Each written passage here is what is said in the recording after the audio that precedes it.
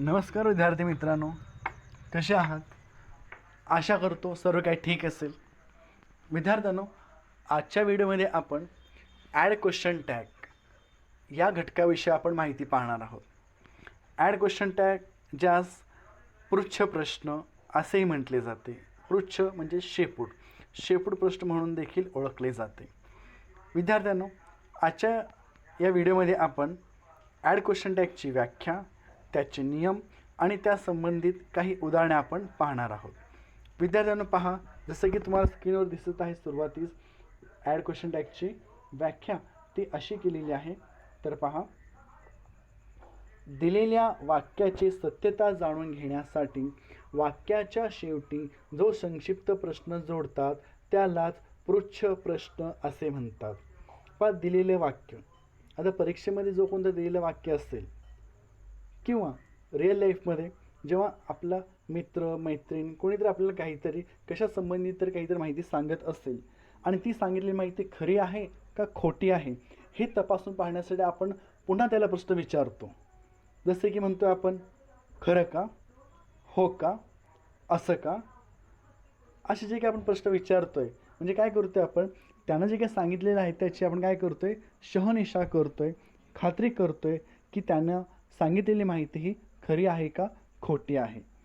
मग त्या पद्धतीनं इथं सांगतात, दिलेल्या वाक्याची सत्यता जाणून घेण्यासाठी, म्हणजे खरं आहे का खोटं आहे हे जाणून घेण्यासाठी वाक्याच्या शेवटी जो संक्षिप्त प्रश्न जोडतात, म्हणजे त्यानं सांगितलेलं जो वाक्य आहे त्याला अनुसार आपण प्रत्युत्तर देतोय. जो कोणता छोटा प्रश्न आपण विचारतोय त्याला शेपूट प्रश्न म्हणतोय, पृच्छ प्रश्न म्हणतोय, त्यास ॲड क्वेश्चन टॅग असे म्हणतात, पृच्छ प्रश्न असे म्हणतात. असा हा ॲड क्वेश्चन टॅग संबंधीचा नियम. तर आता पाहूयात, ॲड क्वेश्चन टॅग बनवण्यासाठी जे काही नियमाची आवश्यकता आहे तर ते नियमावली आपण आता पाहणार आहोत. तर ते अशा पद्धतीने आहेत. तर पहा विद्यार्थ्यांनो, तो जो कोणता पहिला नियम आहे तर तो असा दिलेला आहे. परीक्षेमध्ये आपणास एक वाक्य दिलेलं असते आणि म्हणतात ॲड क्वेश्चन टॅग, एल टॅग असा प्रश्न दिलेला असतो आणि आपल्याला पृच्छ प्रश्न बनवायचा असतो. तर त्यासंबंधीचा पहिला असा नियम, प्रथम दिलेले वाक्य जसेच्या तसे लिहावे. परीक्षेमध्ये जो कोणता प्रश्न दिलेला असेल ॲड क्वेश्चन टॅग संबंधीचा जो कोणता वाक्य असेल तर तो वाक्य आहे तसं आपणास लिहून काढायचं आहे. त्यानंतर दुसरा जो नियम आहे तर तो असा आहे, यानंतर स्वल्पविराम द्यावे. यानंतर स्वल्पविराम द्यावे म्हणजे दिलेलं वाक्य जसं आहे तसं लिहिल्यानंतर स्वल्पविराम म्हणजे कॉमा द्यायचा आहे. तिसरा जो असा नियम आहे विद्यार्थ्यांनो, पहा, वाक्यामध्ये दिलेले सहाय्यकारी क्रियापद हेल्पिंग वर्ब लिहावे. म्हणजे वाक्यामध्ये जो दिलेला सहाय्यकारी क्रियापद आहेत, म्हणजे am, is, are, was, were, shall, will, जे कोणतं सहाय्यकारी क्रियापद असेल मग तो पुन्हा कॉमाच्या नंतर आपणास लिहायचा आहे. तर पहा, चौथा नियम असा आहे, आता जो सांगितलेला आहे सहाय्यकारी क्रियापद लिहायचं आहे. यत कदाचित वाक्यामध्ये जर सहाय्यकारी क्रियापद नसेल त्या संबंधीचा हा नियम, वाक्यामध्ये सहाय्यकारी क्रियापद नसल्यास साध्या वर्तमान काळात डू किंवा डज पैकी योग्य तो घ्यावे आणि साध्या भूतकाळात असल्यास डीड हे सहाय्यकारी क्रियापद घ्यावे. जर आपणास टेन्सविषयी अभ्यास झालेला असेल विद्यार्थ्यांनो तर तुम्हाला हा नियम लगेच लक्षात राहील. कारण ओव्हरऑल टेन्समध्ये फक्त साधा वर्तमान काळ आणि साधा भूतकाळ या दोन काळामध्येच सहाय्यकारी क्रियापद नाही आहेत. तर त्या ठिकाणी आपणास डू, डज आणि डीड हे सहाय्यकारी क्रियापद वापरायचे असतात. मग आता परीक्षेमध्ये दिलेलं जो वाक्य आहे तो जर साध्या वर्तमान काळात असल्यास डू डज पैकी एक आणि साध्या भूतकाळात असल्यास डीड हा सहाय्यकारी क्रियापद आपल्याला वापरायचा आहे. आता पुढचा जो नियम आहे तो असा महत्त्वाचा विद्यार्थ्यांना पहा, पाचवा जो नियम दिला असा आहे, वाक्य जर होकारार्थी असल्यास पृच्छ प्रश्न म्हणजे शेपूट प्रश्न टॅग क्वेश्चन हे नकारार्थी करावे म्हणजे नॉट जोडावे. पहा विद्यार्थ्यांनो, दिलेला वाक्य जर होकारार्थी असल्यास म्हणजे वाक्यात कोणत्या प्रकारचा नकारार्थी शब्द नाही आहे, नो, नेवर, नॉट, नथिंग असले शब्द नाही आहेत, अशा वेळेस जो कोणता टॅग आपण बनवणार आहे, पृच्छ प्रश्न आपण बनवणार आहे तर त्या ठिकाणी तो नकारार्थी म्हणजे नॉट असणं गरजेचं आहे, नॉट वापरणं गरजेचं आहे. आणि यापुढे पहा असं दिलेलं आहे नियम विद्यार्थ्यांनो, आणि वाक्य जर नकारार्थी असल्यास पुढचे प्रश्न होकारार्थी करावे म्हणजे नॉट काढावे. आणि वाक्यात जर नो, नेवर, नॉट, नथिंग असे नकारार्थी शब्द जर असतील तर तो वाक्य आपल्याला होकारार्थी बनवायचं आहे टॅग. तर त्यानुसार त्या ठिकाणी होकारार्थी करण्यासाठी आपल्याला नॉट काढावायचे आहे, नॉट रिमूव्ह करायचे आहे. म्हणजे समजून घ्या विद्यार्थ्यांनो की दिलेलं वाक्य जर होकारार्थी असल्यास सहाय्यकारी क्रियापदानंतर नॉट हा शब्द आपल्याला वापरावायचा आहे. आणि दिलेलं वाक्य जर नकारार्थी असल्यास नो, नेवर, नॉट असले नकारार्थी शब्द जर असतील तर त्या ठिकाणी सहाय्यकारी क्रियापदानंतर नॉट आपल्याला वापरायचा नाही आहे. आता ह्यापुढे पहा विद्यार्थ्यांनो, नॉट वापरण्याचे देखील नियम आहेत. तर तो कसा, तर तो असा पहा विद्यार्थ्यांनो, 6वा जो नियम आहे तर त्या संबंधीचाच आहे. पहा, वाक्य नकारार्थी करीत असताना सहाय्यकारी क्रियापद व नकारार्थी शब्द दोन्ही जोडून लिहावेत, म्हणजेच संक्षिप्त रूपात लिहावेत. पहा, तुम्हाला सांगितलेलं आहे कॉमानंतर सहाय्यकारी क्रियापद जो वाक्यातील असेल तो वापरावायचा आहे. नसेल साधा वर्तमानकाळ आणि साधा भूतकाळानुसार जो योग्य तो असेल तो सहाय्यकारी क्रियापद वापरावायचा आहे. आणि वाक्य जर नकारार्थी जर बनवायचं असेल टॅग, तर त्या ठिकाणी दिलेल्या जो सहाय्यकारी क्रियापद असेल तर त्याला नॉट जोडायचा आहे. आणि तोही नॉट कसा जोडायचा आहे, तर त्या नॉटचं संक्षिप्त रूप म्हणजे NT लावायचं आहे. जसं की तुम्हाला पुढं दाखवलेलं आहे विद्यार्थ्यांनो. पहा,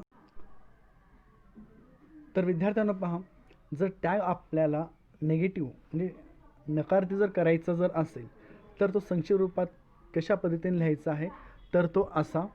जर समजा उदाहरणार्थ वाक्याची सुरुवात जर इट इज अशाने जर झालेली असेल तर वाक्यातील जो सहाय्यकारी क्रियापद आहे तर तो आहे इज, तर तो आपण स्वल्पविरामानंतर लिहिणार आहे. आणि आपल्याला नॉट जोडायचं आहे, तर नॉट पूर्णतः न लिहिता नॉटचं संक्षिप्त रूप लिहायचं आहे इजंट. इज नॉट ऐवजी इजंट करायचं आहे. समजा दुसरं उदाहरण असं दिलेलं आहे, शी हॅड असं जर दिलेलं असेल तर हॅड आपल्याला सहाय्यकारी क्रियापद घ्यायचं आहे आणि नॉट ऐवजी NT म्हणजे ह्या पद्धतीने संक्षिप्त रूपात लिहायचं आहे हॅडंट. अशा पद्धतीने विद्यार्थी मित्रांनो की आपल्याला टॅग हा संक्षिप्त रूपात नेगेटिव्ह करत असताना करायचा आहे. आता पुढचा जो नियम आहे तर विद्यार्थ्यांतर तो असा. पहा, यानंतर वाक्याचा कर्ता पुरुषवाचक सर्वनामाच्या रूपात लिहावे. तर विद्यार्थी मित्रांनो, वाक्यात जर कर्ता एखादं नाव जर असेल तर त्यानुसार पहा, राम जर असं नाव दिलेलं असेल, राम हा पुरुषवाचक नाम आहे म्हणून त्यासाठी हे आपल्याला शेवटी कर्ता घ्यायचं आहे. आणि समजा दुसरं उदाहरण, राधा असं जर नाव दिलेलं असेल, राधा हे स्त्रीलिंग नाव आहे म्हणून त्या ठिकाणी शी आपल्याला घ्यावा लागेल. तर ह्या व्यतिरिक्त विद्यार्थ्यांनो पहा, जर दुसरी ह्या पद्धतीचं काय असतील करते तर त्या ठिकाणी आपलं काय करायचं, समजा the cats, the exams, Ram and Sita असे जर करते असतील तर आपल्याला शेवटी टॅगचा जो कर्ता आहे तर तो आपल्याला घ्यायचा आहे दे. टॅगचा जो कर्ता आहे तर तो वापरायचा आहे दे. आणि शेवटचा नियम असा विद्यार्थ्यांनो की शेवटी प्रश्नचिन्ह द्यावे. शेवटी प्रश्नचिन्ह द्यावे विद्यार्थ्यांनो. जर तुम्ही टॅग लिहिलात आणि शेवटी प्रश्नचिन्ह जर दिलेलं नसेल तर त्या ठिकाणी तुमचे मार्क कमी होण्याची शक्यता आहे. तर आता पुढं पाहूयात ॲड क्वेश्चन टॅगचे काही उदाहरणं आपण घेऊयात विद्यार्थ्यांनो. तर ते असे आहेत. तर पहा विद्यार्थ्यांनो, त्याची उदाहरणे काही. पहिल्याचं उदाहरण या ठिकाणी दिसतोय आपल्याला दिलेलं आहे तर तो असा, it is difficult. It is difficult. पहा विद्यार्थ्यांनो, वाक्यातील सहाय्यकारी क्रियापद आहे इज आणि वाक्य हा होकारार्थी आहे म्हणून आपल्याला टॅग हा नकारार्थी बनवावा लागेल. मग नियमानुसार आपल्याला ह्या पद्धतीनं करावं लागेल. दिलेला वाक्य आहे तसा लिहायचा आहे. आपण लिहितोय इट इज डिफिकल्ट, त्यानंतर कॉमा द्यावा, कॉमा दिलेला आहे. त्यानंतर वाक्याचा जो सहाय्यकारी क्रियापद आहे तर तो लिहायचा आहे इज. त्या ठिकाणी इज आहे म्हणून इज घेतोय. आणि महत्त्वाचा नियम जो आहे, वाक्य दिलेला होकारार्थी असेल तर टॅग नकारार्थी करायचा आहे आणि नकारार्थी असेल तर होकारार्थी करायचं आहे. मग आता दिलेल्या वाक्यामध्ये कोणत्याही प्रकारे नकारार्थी शब्द नाही आहे, म्हणून तो होकारार्थी वाक्य आहे. म्हणजे आपला टॅग जो आहे तर तो नकारार्थी असणार आहे. मग त्यास आपल्याला नॉट जोडावा लागेल. पण तो नॉट कसा संक्षिप्त रूपामध्ये लिहायचा आहे. म्हणून इजला आपण काय करतोय, इजंट करत आहोत. इजचं रूपांतर इजंटमध्ये करत आहोत. आणि वाक्यातील जो कर्ता आहे तर तो इट आणि शेवटी प्रश्नचिन्ह. या पद्धतीनं इट इज डिफिकल्ट या वाक्याचा जो टॅग आहे तर तो इजंट इट, तर तो इजंट इट असा होईल. आता पुढचं जो उदाहरण आहे तर हाच उदाहरण आहे, पण तो जो दिलेला उदाहरण आहे तर तो नकारार्थी आहे. वरील जो वाक्य होता तर तो होकारार्थी वाक्य होता आणि टॅग त्याचा नकारार्थी आलेला आहे. आता दिलेलं वाक्य नकारार्थी आहे आणि याचा टॅग जो आहे तर तो होकारार्थी येणार आहे. आता या ठिकाणी उदाहरण दिलं आहे, इट इज नॉट डिफिकल्ट. मग नियमानुसार दिलेलं वाक्य आहे तसं आपल्याला लिहायचं आहे, इट इज नॉट डिफिकल्ट. त्यानंतर स्वल्पविराम द्यायचा आहे. वाक्यातील जो सहाय्यकारी क्रियापद आहे तर तो इज आणि नॉट ऑलरेडी दिला आहे, म्हणजे आपले टॅग होकारार्थी असणार आहे, म्हणून इथं नॉट किंवा एन टी लिहायचा नाही आहे. आणि शेवटी वाक्यातील जो कर्ता आहे इट तर तो घेतो आहे आणि शेवटी प्रश्नचिन्ह. या पद्धतीनं इट इज नॉट डिफिकल्ट ह्या वाक्याचा जो टॅग आहे तर तो होणार आहे इज इट, तो होणार आहे इज इट. आता पुढचं उदाहरण पहा विद्यार्थ्यांनो, तर तो असा आहे, we have met before. We have met before. तर पुन्हा नियमानुसार वाक्य आहे तसं लिहितो आहे. त्यानंतर वाक्यातील जो सहाय्यकारी क्रियापद आहे हॅव, वाक्य होकारार्थी आहे म्हणून टॅग नकारार्थी करायचं, म्हणून संक्षिप्त रूप लिहायचं नॉटचं एन टी, हॅवंट. आणि वाक्याचा जो कर्ता आहे वी आहे तसं आणि शेवटी प्रश्नचिन्ह. वी हॅव मेट बिफोर ह्या वाक्याचा जो टॅग असणार आहे तर तो होईल हॅवंट वी, तो होणार आहे हॅवंट वी. आता पाहूयात पुढचं उदाहरण विद्यार्थ्यांनो, तर तो असा, he was happy to come. He was happy to come. नियमानुसार दिलेलं वाक्य आहे तसं लिहायचं आहे.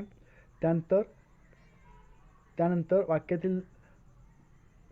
वाक्यामध्ये कॉमा द्यायचा आहे.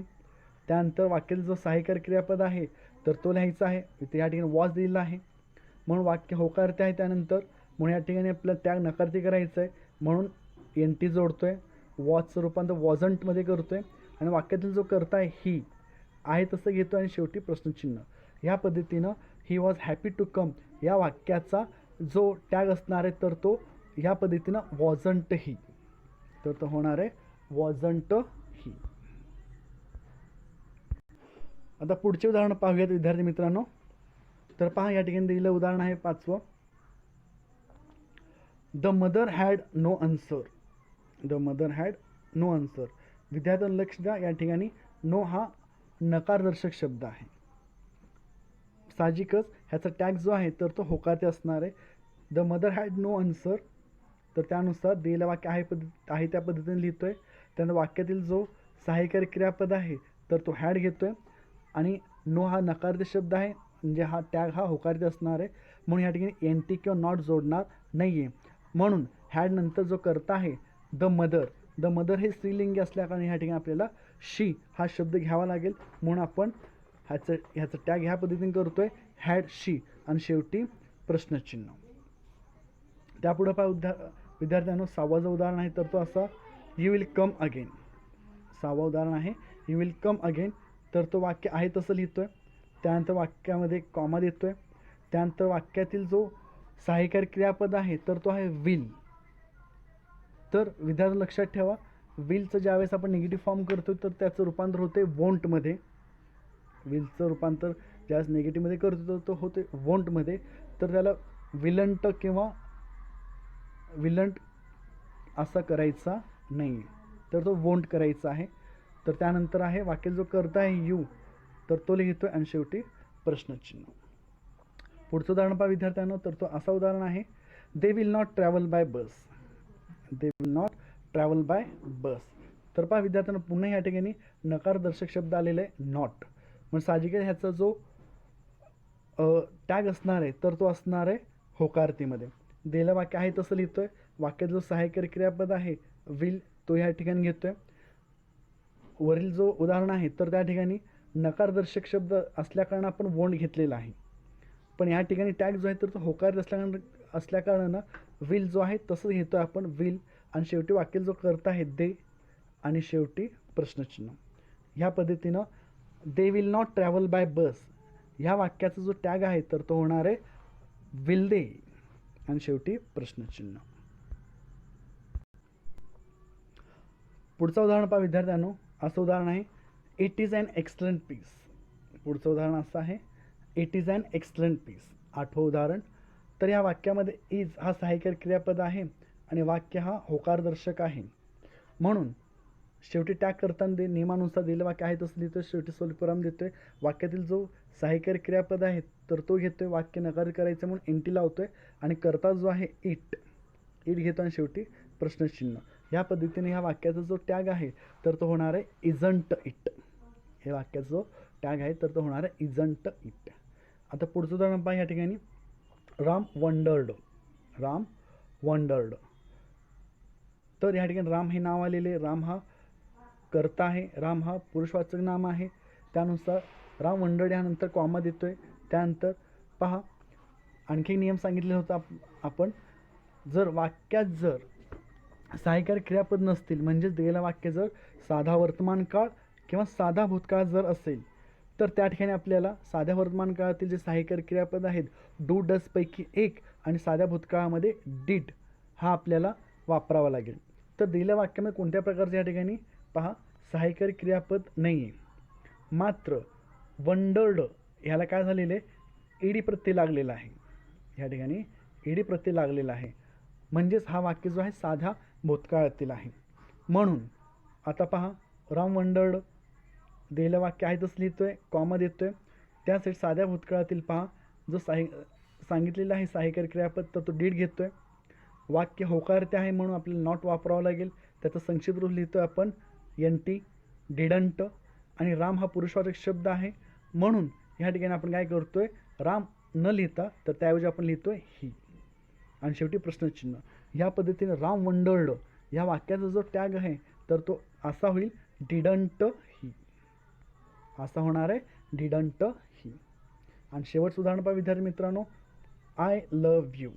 शेवटचं उदाहरण असं आहे आय लव्ह यू. ओके.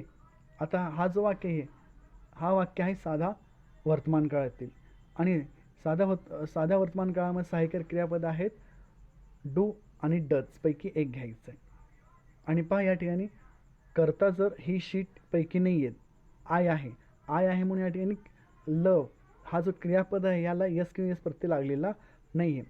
म्हणून या ठिकाणी काय करतोय आपण, लव हा जो क्रियापद आहे तर तो पहिलं रूप आहे आणि करता आय आहे, म्हणून त्या ठिकाणी आपण डू हा सहाय्यकारी क्रियापद वापरतोय, आणि नेगेटिव्ह फॉर्म करण्यासाठी एन टी घेतोय, आणि करता जो आहे आय आहे त्या पद्धतीनं, आणि शेवटी प्रश्नचिन्ह. या पद्धतीनं आय लव्ह यू ह्याचा जो टॅग होणार आहे तर तो होणार आहे डोंट आय. ह्याचं होणार आहे डोंट आय. तर पहा विद्यार्थी मित्रांनो या ठिकाणी आपण अशा पद्धतीनं ॲड क्वेश्चन टॅगचे नियम आणि त्याचे काही उदाहरणं आपण पाहिलेले आहेत. तर आता ह्याचा आणखी एक पार्ट येणार आहे, पार्ट 2. ह्याचं जे लिंक आहे तर डिस्क्रिप्शनमध्ये तुम्हाला मिळेल. तर विद्यार्थी मित्रांनो हा जो भाग नीट अभ्यासा. आता पुढच्या पार्टमध्ये आपण ॲड क्वेश्चन टॅगचे काही अपवादात्मक नियम आपण पाहणार आहोत. तर ते अपवाद नियम आणि त्याची काही उदाहरणं आपण अभ्यासणार आहोत. यासाठी ह्या चॅनलसोबत अपडेट राहा. त्यासाठी तुम्हाला सबस्क्राईब करावा लागेल. आणि